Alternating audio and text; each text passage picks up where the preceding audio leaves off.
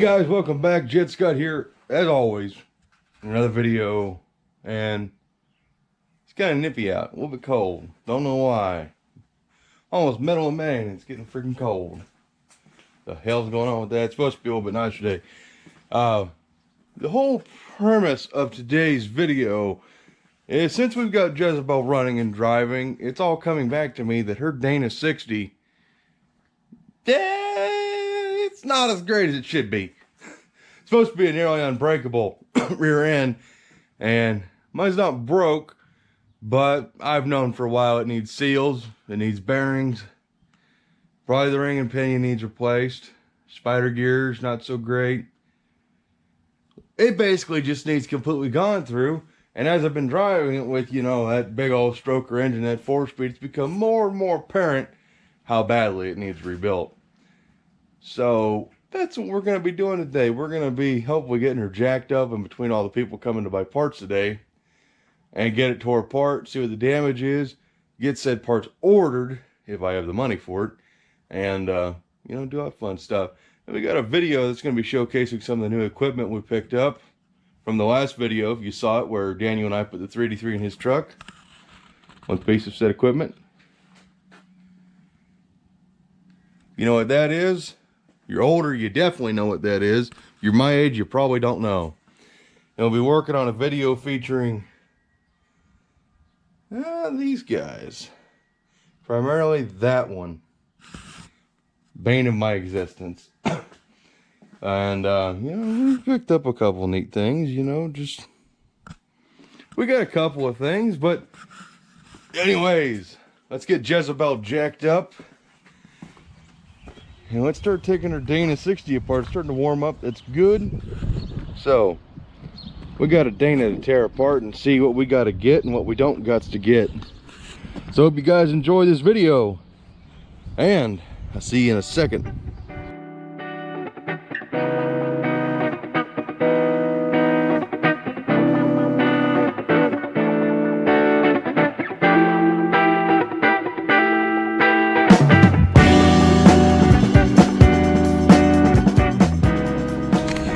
Now you guys are done watching me jack.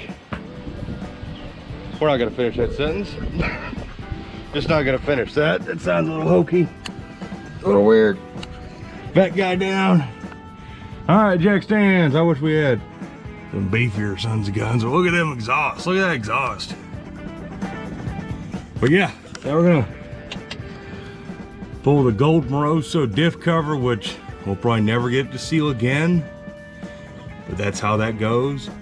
Catch what fluid's in there, if there's anything left, because we know we got a hell of a leak. Well, that side. But get the baby pulled and see what kind of carnage we find inside the old Dana. And hopefully not much. That would suck.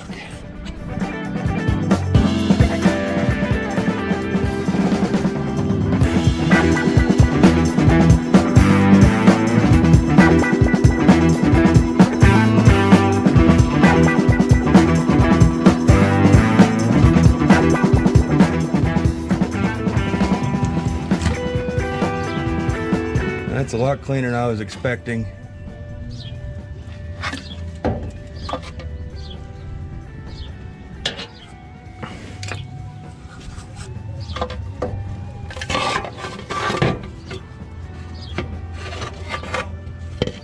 Oh yeah, we're clean. Oh, there's the nasty.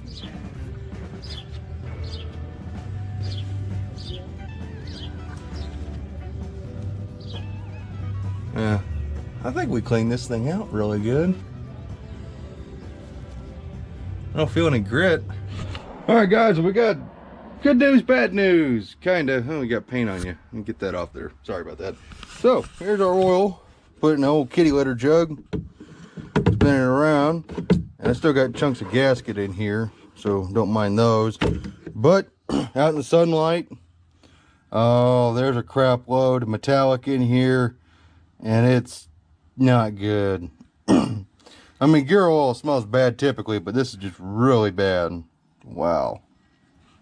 By the way, anybody needs a really badass LED flashlight, These things are on, like, discontinue what Rob was telling me, like $7.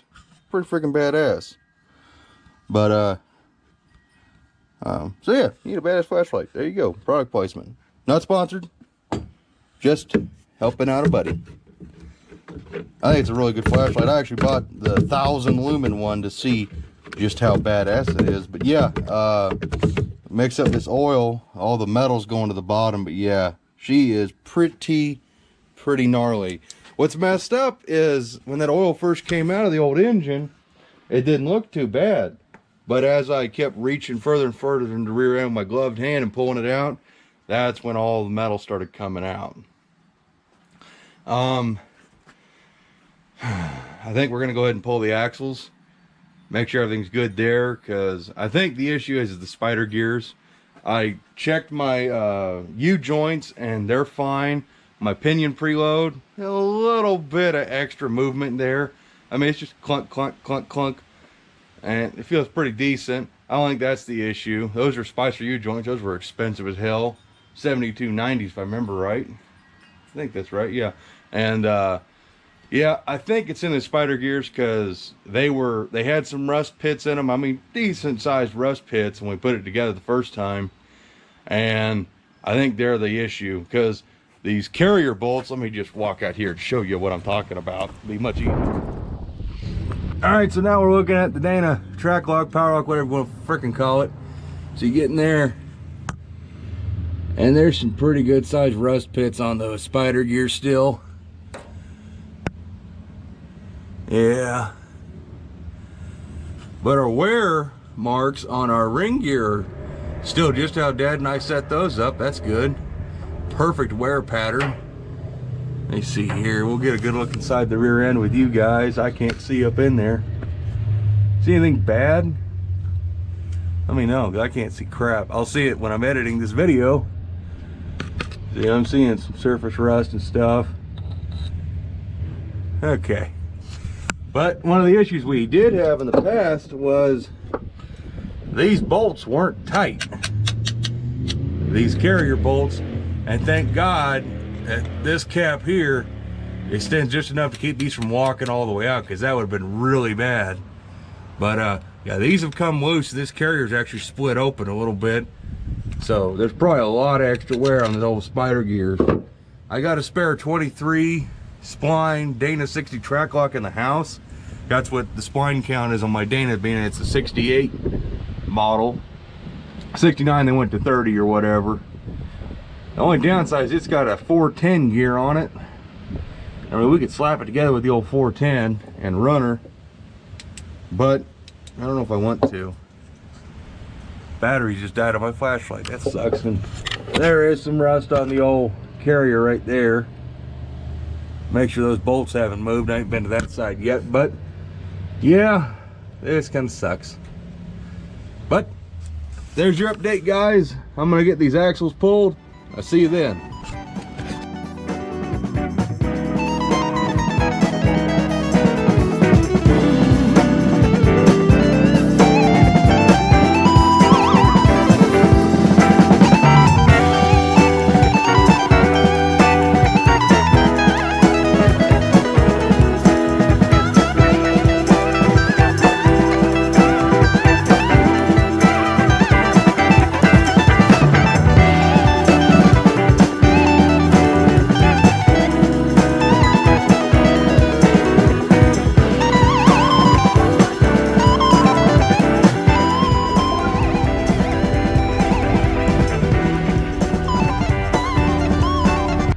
Well, there's our axles, guys.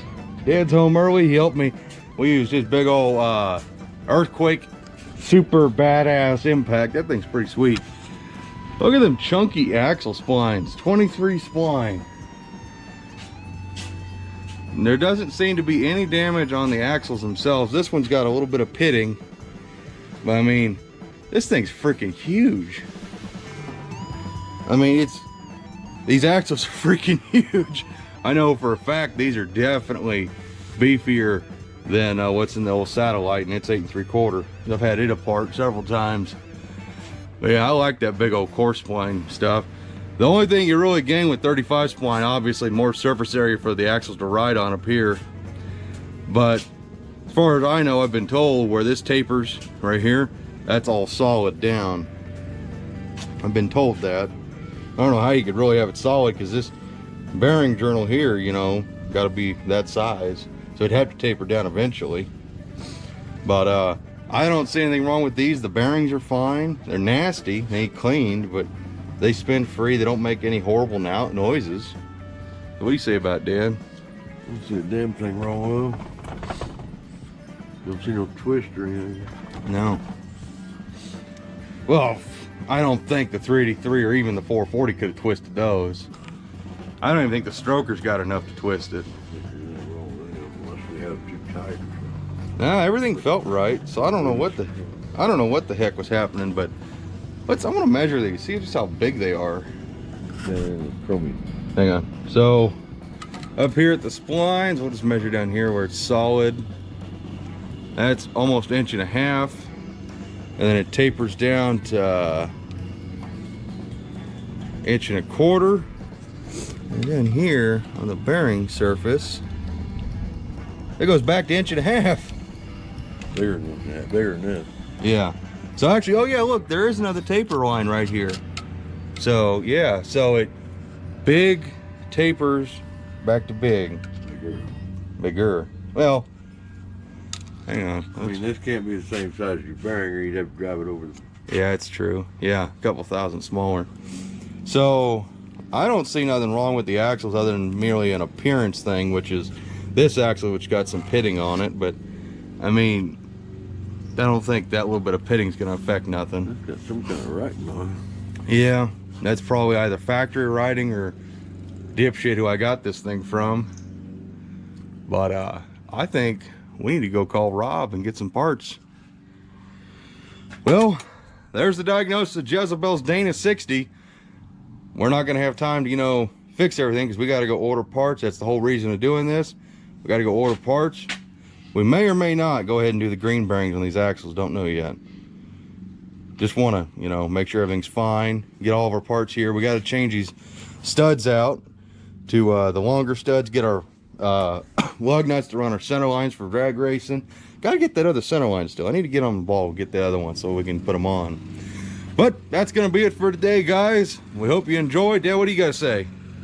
Heck of a deal. That's all you got to say? Heck of a deal. Trying to tear my car apart. Don't tell people that. That's another video. Oh. Yeah. But that's what we're going to get ready to go do. We're going to go film another video. We got a 68 Hemi Charger tear apart because we got a front suspension that needs rebuilt so that way Dad won't be scared to do a burnout and be a man in his car. So I hope you guys enjoyed, and we hope to see you guys in the next one as always. So take care. Bye-bye. Bye-bye.